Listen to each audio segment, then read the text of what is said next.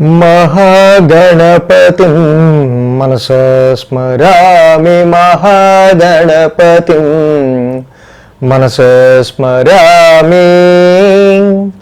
TR creations family అందరికీ నా హృదయపూర్వక ధన్యవాదాలు. అలాగే ఈ సెప్టెంబర్ మాసానికి సంబంధించి మాస ఫలితాలు ఏ విధంగా ఉండబోతున్నాయి ఏంటి సెప్టెంబర్ మాసానికి సంబంధించి చూద్దాం. వీక్లీ రాశి ఫలాల్లో ఆ వీక్లో మేజర్గా జరుగుతున్న విషయాల గురించి చెప్పుకుంటూ ఉన్నాం.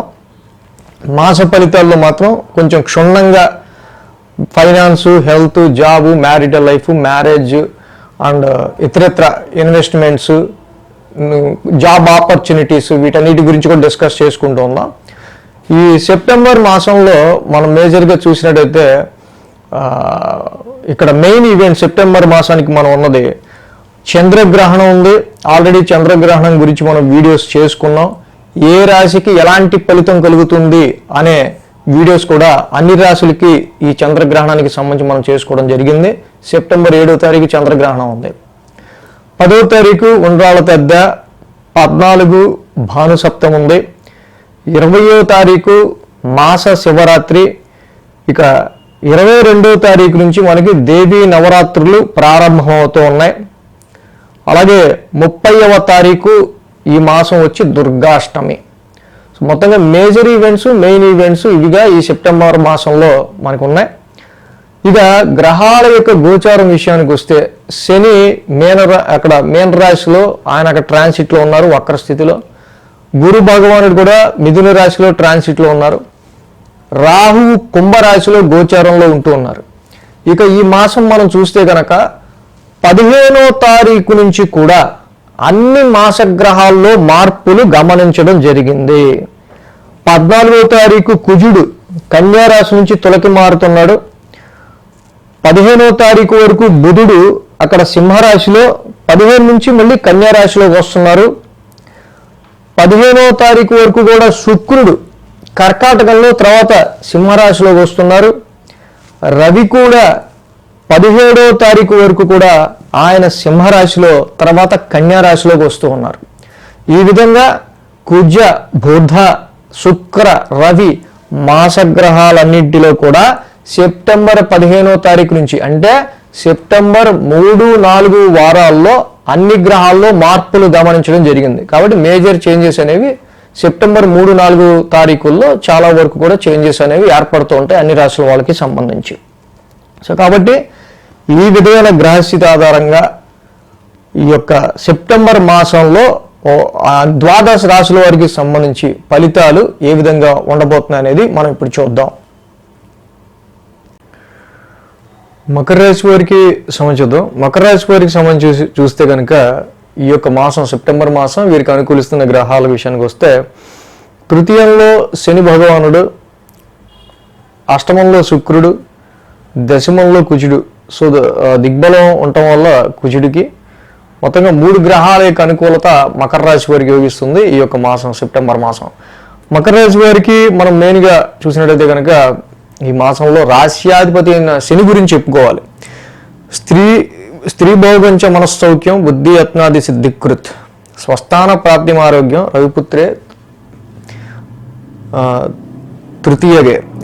తృతీయ స్థానంలో, పరాక్రమ స్థానంలో ఈ యొక్క శని యొక్క సంచారం నిజంగా 3వ రాశిలో ఉండటం వల్ల మంచి సంతోషాన్ని ఇస్తాడు, బుద్ధినిస్తాడు, బుద్ధి బలాన్ని ఇస్తాడు, ప్రయత్న కార్యాల్లో మంచి విజయాన్ని ఇస్తాడు. ఏదైతే చేస్తున్న పని ఉంటుందో, దేనిలో అయితే మనం కృషి చేస్తుంటామో ఆ ప్రయత్నించే పనుల్లో మంచి జయాన్ని ఇస్తాడు, స్వగ్రామ సౌఖ్యాన్ని ఇస్తాడు, మంచి ఆరోగ్యాన్ని ఇస్తాడు. ఎందుకంటే థర్డ్ హౌస్ ముఖ్యంగా మనకి తృతీయ స్థానం అనేది పాపస్థానం. పాపస్థానంలో పాపగ్రహం లాంటి ఈ యొక్క శని భగవానుడు ఉండటం చాలా వరకు ఆరోగ్యాన్ని ఈ పాపస్థానంలో ఉంటాం. ఈ శని వేసే రిస్ట్రిక్షన్ ప్లానెట్. సో కాబట్టి ఇక్కడ థర్డ్ హౌస్ అనేది మనం పెట్టాల్సిన ఎఫర్ట్స్ ఎంత కష్టపడాలో, బట్ రిస్ట్రిక్షన్ చేసేయడం వల్ల మనం పడే కష్టాన్ని తగ్గిస్తాడు శని. సో దాని గురించి మనకి ఆరోగ్యాన్ని కలిగిస్తాడు. అలాగే తృతీయంలో శని వల్ల మంచి ధైర్యం ఉంటుంది. సో చాలా విషయాల్లో శని ఇక్కడ ఆరోగ్యాన్ని ఇస్తూ మనకి మంచి విజయాన్ని కూడా మనం చేసే పనుల్లో ఇస్తూ ఉన్నాడు అని చెప్తున్నారు అనమాట. అలాగే ఈ రాశికి మనం మేజర్గా చూసినప్పుడు లాంగ్ టర్మ్ ప్లానెట్స్లో ఇంకొక గ్రహం గురువు గారి యొక్క స్థాన సంచారం కూడా మనం చూస్తే ఇక్కడ 6వ స్థానంలో నడుస్తుంది. చీటికి మాటికి అనవసరంగా ఏదైనా కాన్ఫ్లిక్ట్ కానీ ఏమైనా వివాదం కానీ అనవసరం లిటిగేషన్స్ కానీ వాటిని ఎంత అవాయిడ్ చేసుకుంటే అంత మంచిది. అంటే కొన్నిసార్లు వితౌట్ అవర్ ఇంటర్ఫీరెన్స్ మన యొక్క ప్రమేయం లేకుండానే కొన్నిసార్లు కొన్ని లిటిగేషన్స్ అనవసరంగా మన మీదకి వస్తుంటాయి, వివాదాలు లాంటివి, లేకపోతే అనవసరమైన ఆర్గ్యుమెంట్లు, డిబేట్స్ లాంటివి.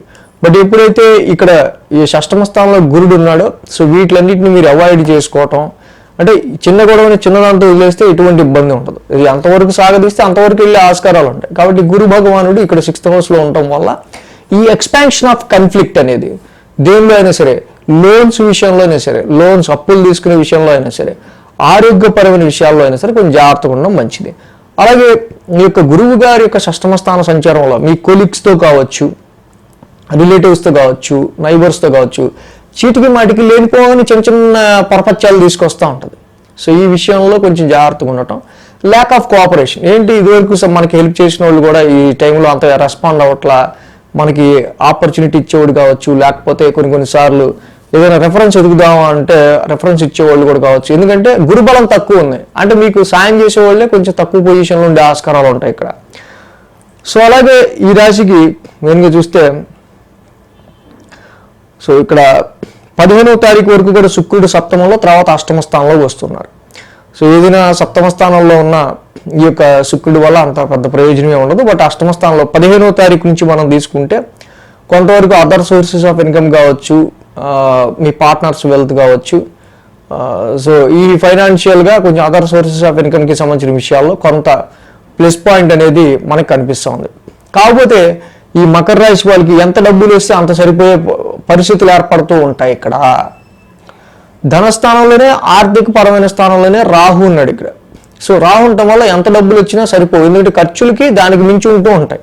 ఎందుకంటే అష్టమంలో కేతు ఉన్నాడు, మనకి అష్టమంలో కేతు ఉన్నప్పుడు ఇక్కడ మనకి ఏంటంటే భార్యాభర్తలు ఇద్దరు జాబ్ చేసేవాళ్ళు ఎవరైనా ఉన్నా, ఒక కుటుంబంలో ఇంకా ఇద్దరు శాలరీడ్ ఉన్నా కొన్ని కారణాల వల్ల ఒక శాలరీ మనకి ఇవ్వలేకపోవటం, రాకపోవటం, అందకపోవటం జరుగుతూ ఉంటుంది.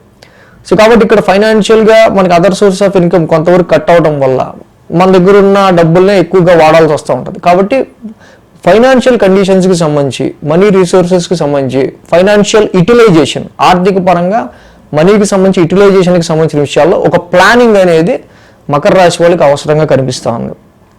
ఇక్కడ మొదటి 2 వారాలు రవి బుధులు 8వ స్థానంలోను, తర్వాత 3-4 వారాల్లో ఇక్కడ 9వ స్థానంలోనూ ఉన్నారు.